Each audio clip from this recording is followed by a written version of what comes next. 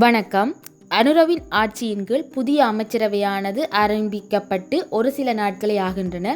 அந்த வகையில் புதிய சுகாதாரத்துறை அமைச்சராகிய வைத்தியர் நலிந்த ஜெயதிச என்ன செய்திருக்கின்றார், அவர் மக்களால் பரபரப்பாக நேற்றைய தினத்தில் பேசப்பட்டதற்கான காரணங்கள் என்ன என்றதை பற்றித்தான் இந்த காணொளியில் நாங்கள் பார்க்க இருக்கின்றோம்.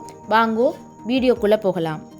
புதிய சுகாதாரத்துறை அமைச்சராக பொறுப்பேற்ற வைத்தியர் நலிந்த ஜெயதிச கண்டி போதனா வைத்தியசாலைக்கு நேற்றைய தினம் ஒரு விஜயம் ஒன்றை மேற்கொண்டுள்ளார்.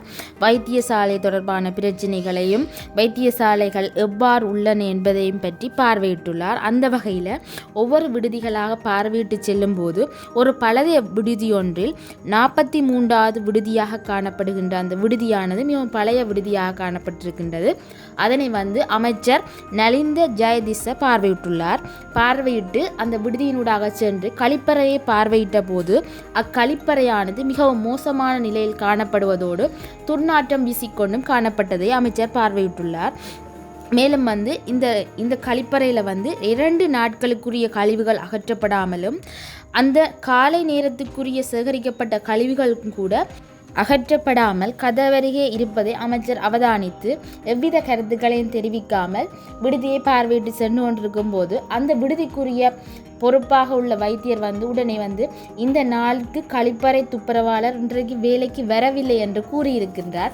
மேலும் ஒரு தாதியர் என்ன செய்திருக்கிறார் என்றால் உடனடியாக கீழே இருக்கிற விடுதியில் இருக்கிற துப்புரவு பணியாளரை அழைப்பதற்காக சென்றிருக்கிறார். இவ்வாறு அந்த வைத்தியசாலை அந்த விடுதியை அமைச்சர் பார்த்துட்டார் என்றோன்னு ஒரு பரபரப்பாக இயங்க தொடங்கியிருக்கு. ஏனெண்டா அந்த கழிப்பறை துர்நாற்றம் வீசிக்கொண்டிருப்பதை அமைச்சர் பார்வையிட்டுள்ளார் என்று ஒரு அதிர்ச்சி கலந்த பயத்தோடு தான் அங்கே வேலை செய்கிற உத்தியோகர்கள் அனைவரும் இருக்கிறார்கள்.